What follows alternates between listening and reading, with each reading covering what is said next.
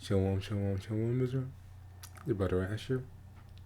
Today I'm doing quick little things you won't learn that can't fail. Today I'm just doing over the similitudes, the basic similitudes that the Bible uses frequently throughout the scripture. The three main ones I'm doing today are trees, water, and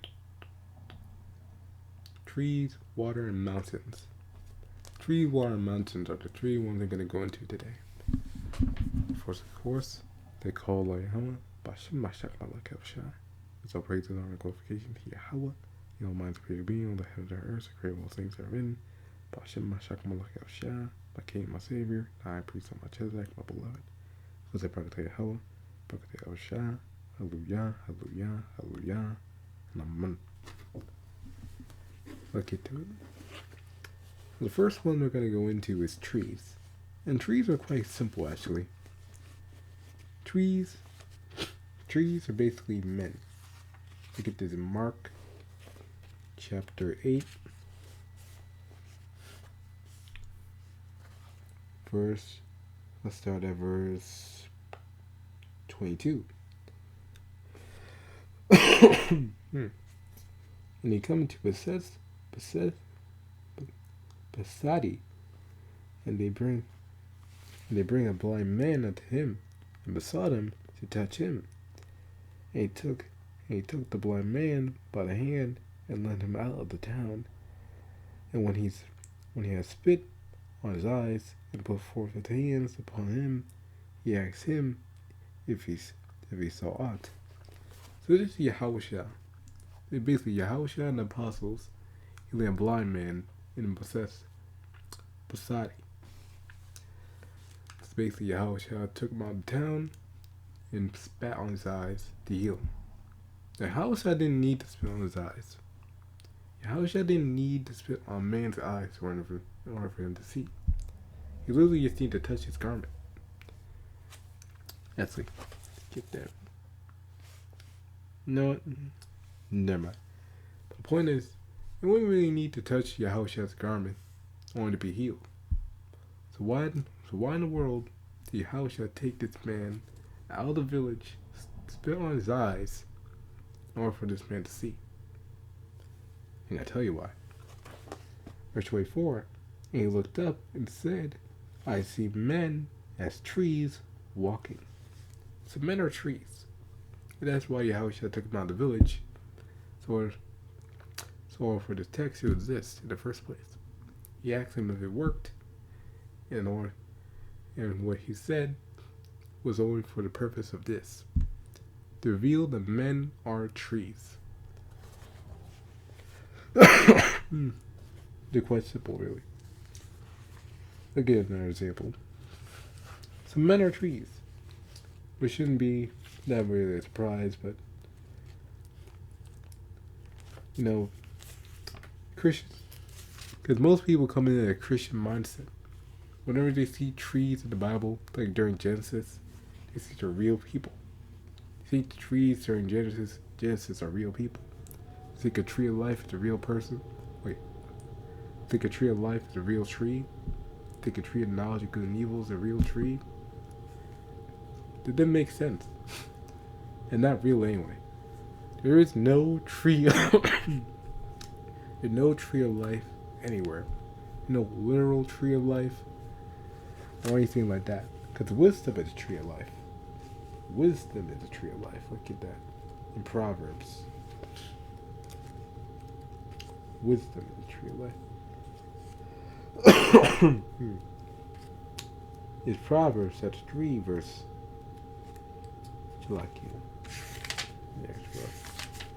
Proverbs chapter 3 verse 18.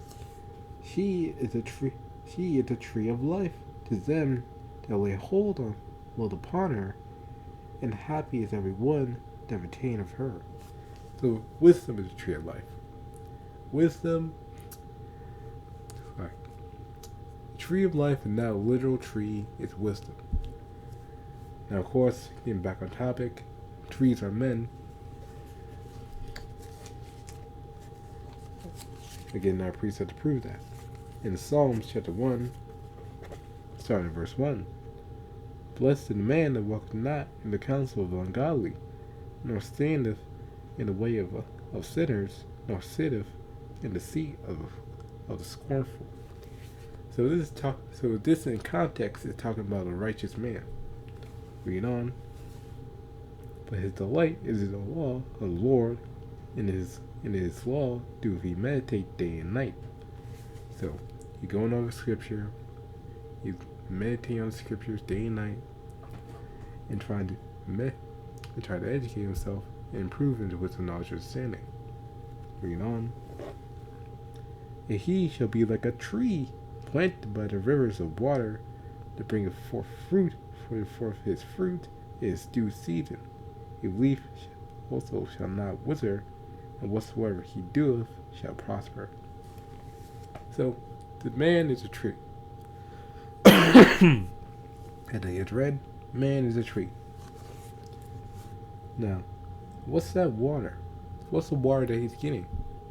What's the water that's feeding him consistently? What are his leaves? What's his fruit? That's another thing I'm going to go into in a different episode. But mainly right now we're talking about the water and the trees. So let's get to the water next. I'm going to give that. Let's hold off on that. I give a couple more examples of trees in the Bible. I'll get to Isaiah. Look at Isaiah chapter 1, verse.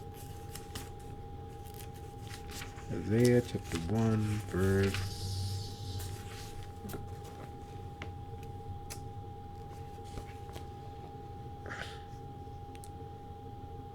Isaiah chapter 1, verse.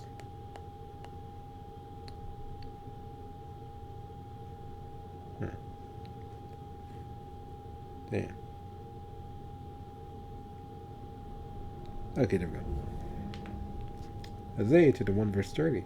For ye shall be as an oak whose leaf faileth not, and as a garden. No, let's start in context. Let's start verse 29. For they shall be ashamed of the oaks which ye have desired, and ye shall be confounded for the gardens that ye have chosen. For ye shall be as an oak whose leaf fadeth, and as a garden that hath no water. And the strong shall be as a tow, and the maker of it as a spark, and they shall both burn together, and none shall question them. So the wicked man is related to an oak. Now, of course, an oak is a tree. I don't think I need to explain that, but the point is, the wicked man is an oak whose leaves faded, who dried up, down, and destroyed, burned to the fire. So again, trees can be considered as men. Trees can be considered as righteous men or wicked men. Look at another one.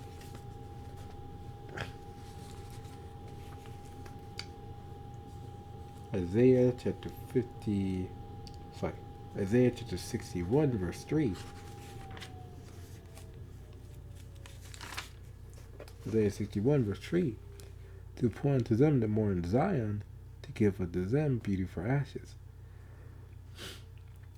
the oil of joy for mourning, the garment of praise for the spirit of heaviness, that they may be called trees of righteousness, the planting of the Lord, that he might be glorified. So, we are considered trees of righteousness.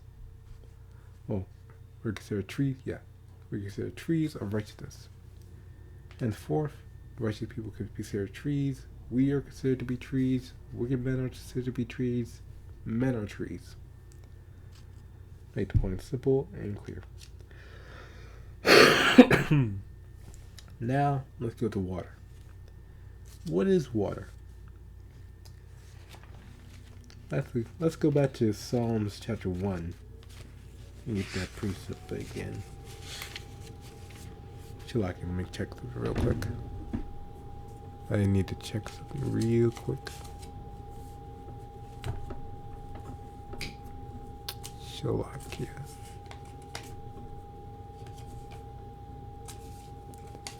Yep. Here we go.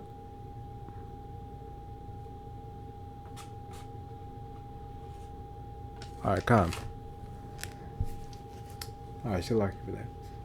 When you look back to Psalm chapter 1. Psalm chapter 1 verse 3.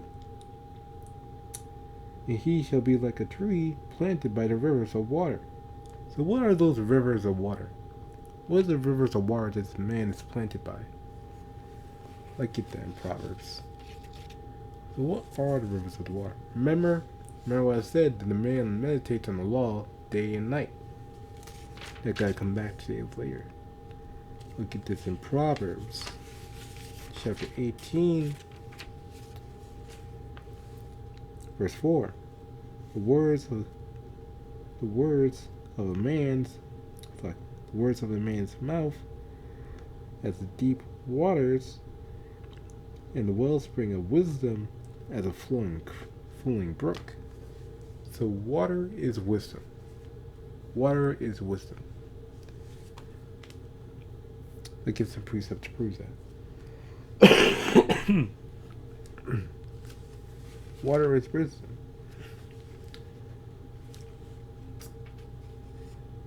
Now, forgot the precept I was looking for. Oh yeah.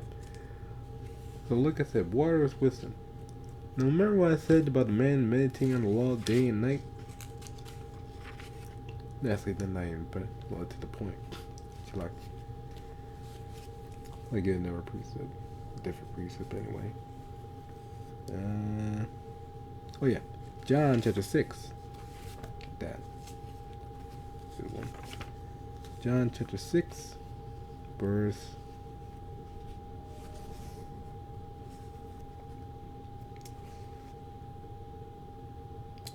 Nope. Well, John 6 or John 9? Shalakia.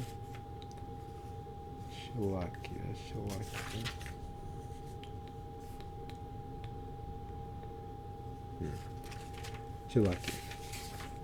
It was John chapter. Damn.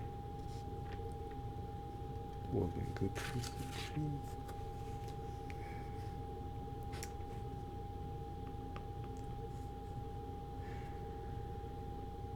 John. Damn. I lost it.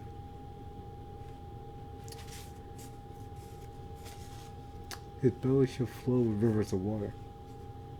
That's the precept I'm looking for. You give me another minute, now I'll find it. There we go. John chapter 7, verse 38. He that believeth on me, as the scripture hath said, out of his belly shall flow rivers of living water. So, is it man literally extinguishing water out of his stomach? Out of his belly shall flow living water. Rivers of water. So is this man literally bloating up water out of his belly? Just freely all over the place? Is that what happens? No. It means he's speaking wise things. He's saying wise words. He's saying things that will be considered wisdom to the people. That's what I was talking about. The John chapter 7 verse 38. Not literal water coming out of his belly to feed the people. Would make no sense in the first place. But let's get this precept in Zachariah. Even in Zachariah. There we go. Zachariah chapter 17 verse 8. It shall come to pass in that day that that living waters shall go out from Zion. It's like go out from Jerusalem. Half of them toward the former sea, and half of them toward the hinder sea. In the summer and in the winter shall it be. So is this literal water coming out of Jerusalem? Literal water flooding out of Jerusalem. If I had a map on me, I used to point out Jerusalem is next to water. Jerusalem is next to water. and water's coming out of Jerusalem next to the water. It makes no sense. So what does it mean? It's not literally talking about water. It's not literally talking about water coming out of a physical place. What it means, they talk about wisdom coming out of Zion. Because Zion's going to heal the nations soon enough. Which of course is going to be in the kingdom of heaven. Look at that in Micah chapter 4.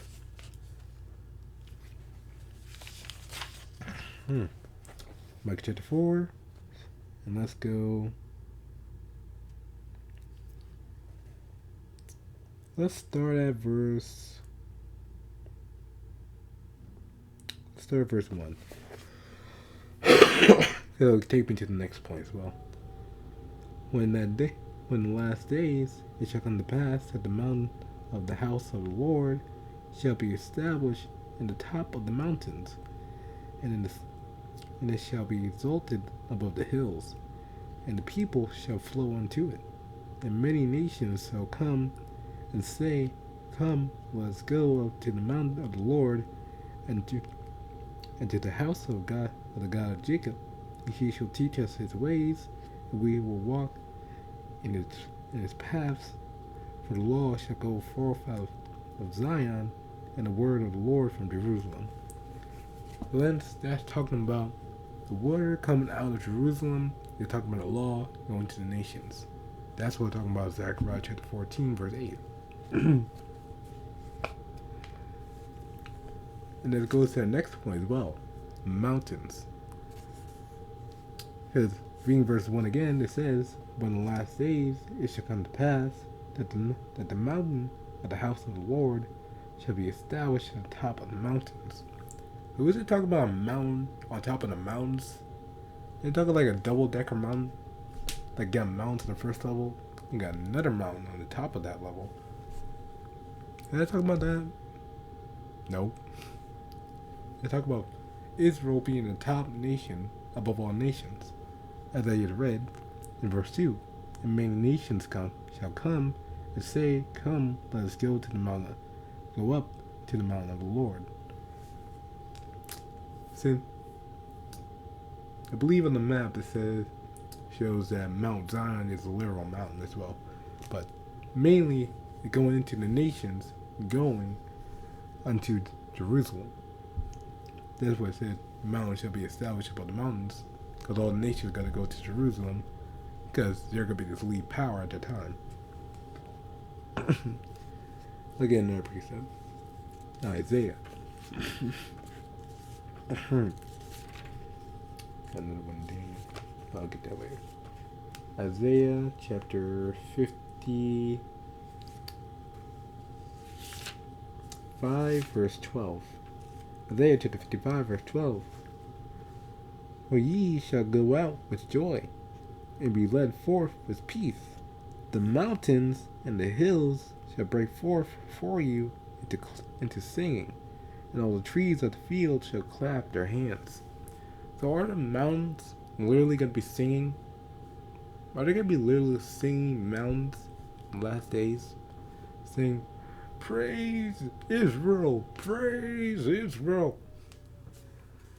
And are the trees literally going to be clapping their hands that they don't have? They're going to be smacking little branches together. Hold on. Yeah. Are the trees going to be doing that? Are the trees literally going to be slapping their twigs together to clap for us? No. They're not talking about literal trees or mountains or hills. The mountain and hills are the nations coming towards us, be our servants in the last days.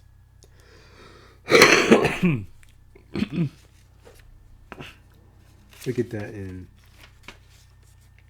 Isaiah chapter 60, verse 3. Actually,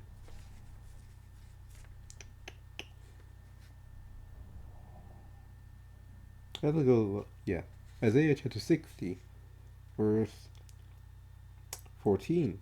The sons of them that are that afflicted thee shall come bending unto thee, and all they that despise thee shall bow themselves down at the soles of thy feet, and they shall call thee the city of the Lord, the Zion of the Holy One of Israel.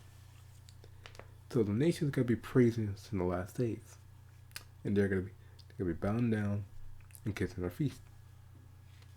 That's what they're gonna do in the last days, and hence the mountains and the hills are representative of nations.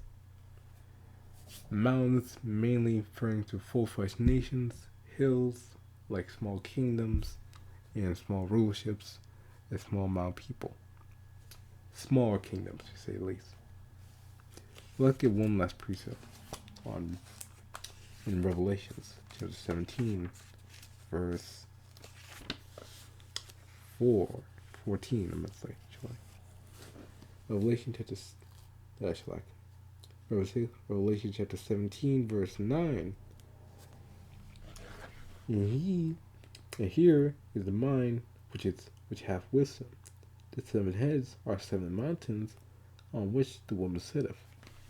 So it is literally 7 mountains a giant woman is sitting on. 7 giant mountains, and a giant woman is sitting on 7 of them. No. No giant woman sitting on 7 mountains and our 7 heads. Look like Mount Rushmore. There's 7-headed mountains. No. Reading on, and there are 7 kings, 5 followeth, and the one is, and the other is not come, and when he cometh, he must continue a short space. So that's going into the 7 heads of the dragon in Revelation chapter 17, the beast,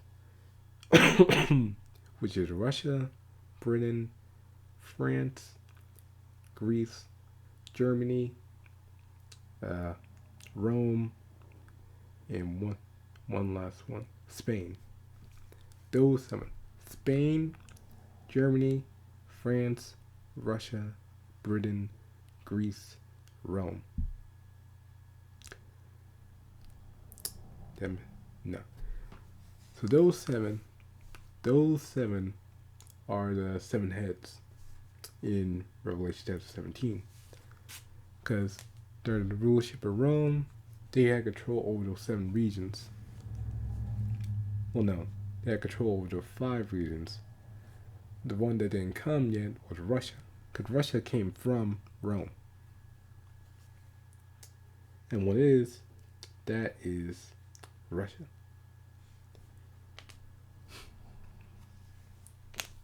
So, to break it down properly, Greece, Spain, France,